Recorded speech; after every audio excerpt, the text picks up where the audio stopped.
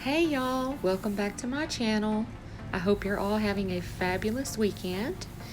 So today I'm bringing you a few farmhouse spring DIYs.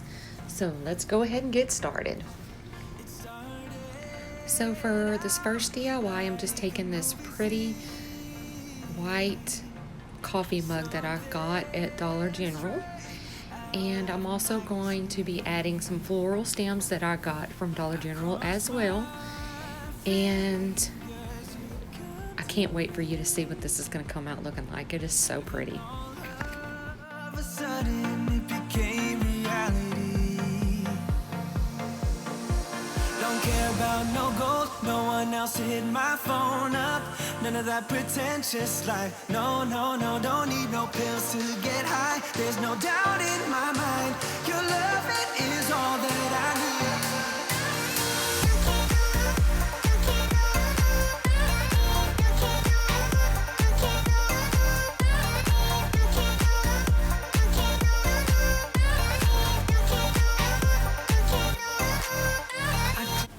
So I'm just taking the yellow and the purple stems, and I am arranging them in the cup so that all one color's not on one side or too much on one side. And then I'm also doing like longer stems throughout it, and then shorter ones around the edges so I can cover up that white styrofoam. So for DIY number 2, I am taking this raffia that I had on hand. I've had it for a while now. I had originally bought it for our wedding, and I never really used it. So here I'm going to be using 4 bunches of it, and if you wet it and then pull it out like I'm doing right here and let it dry, you won't have to worry about all that crinkliness, because that will drive you nuts. And I did get this raffia from the Dollar Tree. It does come in like 3 bunches in one bag, and like I said, I used 4 bunches. I had 1 bunch left over from another package. So I'm just untangling all this raffia while it's wet, and I'm laying it out in straight lines, and then I'm going to hang it up so it'll air dry. And then once it's dry, I'm going to tie a knot in the end of it as close as I can to the edge, and then I'm going to braid it. And then once I braid it, I'm going to knot it again on the ends. So I didn't get no footage of how I started it out. I just started with the knot and just started wrapping and gluing it around itself. And every time that you start with a new one, you just start where you left off at that knot. And I really think that knot on the end gives it more character. And as far as my braids, I just did them maybe like 10 to 15 strands thick, and depending on how many strands you use determines how thick your braid will be. So you just use your best judgment as to how you want it to look. And here I'm just going to go through with my scissors and trim off any of those pieces that are poking out. And then I'm going to take my Waverly Antique Wax, and I am going to darken this up because I wanted it more of a darker brown, and this antique wax is perfect for that. So I've been looking for a way to use up the raffia that I had on hand, and this idea just come to me. I was like, why not make one of those little charger, I guess they're placemat little things myself, and it's not as big as a normal one would be, but I think it would be really cute for just a vignette. And you'll see it styled here in a bit with the other DIYs that I made today. But if you want it bigger, you would have to use more little raffia things. So here's just like an extra DIY. I picked up this little cast iron skillet at Hobby Lobby. I thought it was the cutest thing in the world. It's mini. It's just great. And this ribbon I also got at Hobby Lobby, but I got it 40% off. And I just figured it would look cute with just a bow tie around the top of it. Now that you're my desire, now all I have to do is to make you mine. 'Cause I know, and you know what we could be, like a a song, like a perfect melody. Baby, don't say you don't believe in me, 'cause you know.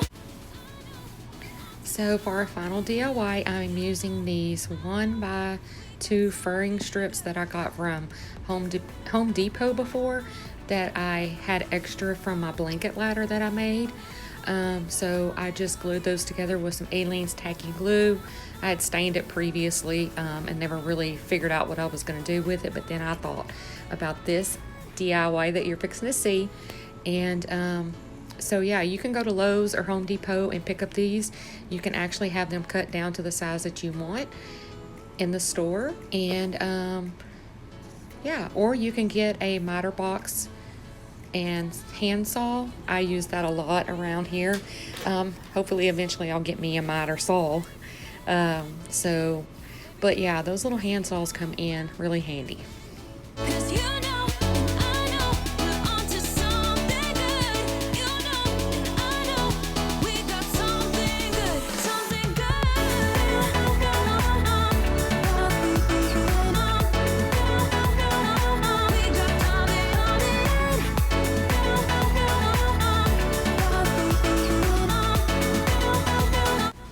So I'm painting this with my plaster chalk paint by Waverly, and I am not going to give full coverage because I am going to take my sanding sponge and I am going to distress this and make it look really, really like it has been weathered. Don't get out what you're putting in. All your hopes and efforts are all in vain. Who will pick you up when you've lost everything?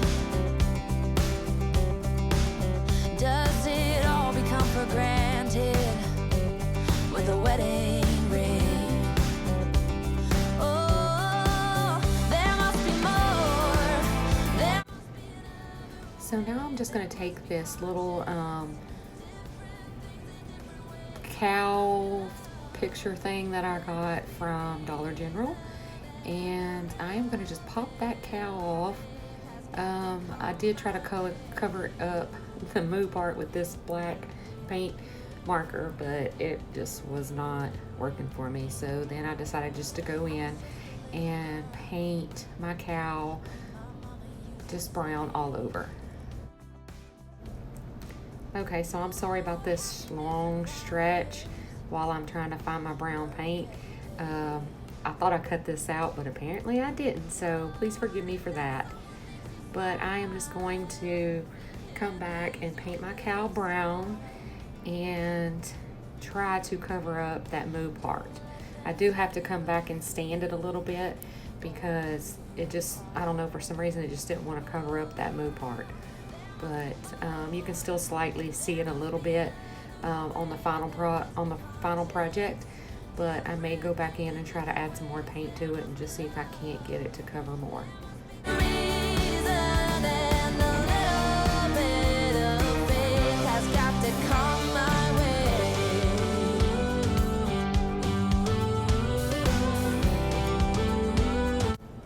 So here I just cut out some floral vine things on my silhouette, and it was just basically one that comes in the studio. So if you have a silhouette, you can find it there, but you can use stencils or whatever for this part. That's basically all I did, was just cut a stencil out, and now I'm going to stencil it with a stencil brush I got from Walmart, and I am going to tap it up and down and with the brown paint. There must be conscious, different things in different ways. There must be more to the reason why we. So now I'm just taking my sanding sponge and just kind of roughing up the edges on my cow, just to let some of that brown, that lighter brown that was on it previously, come through on the edges.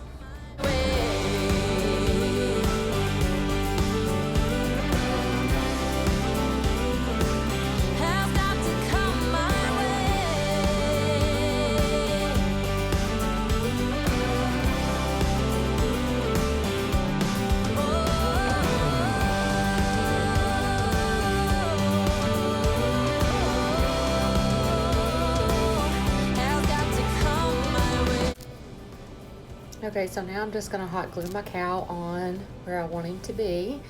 And this DIY is done.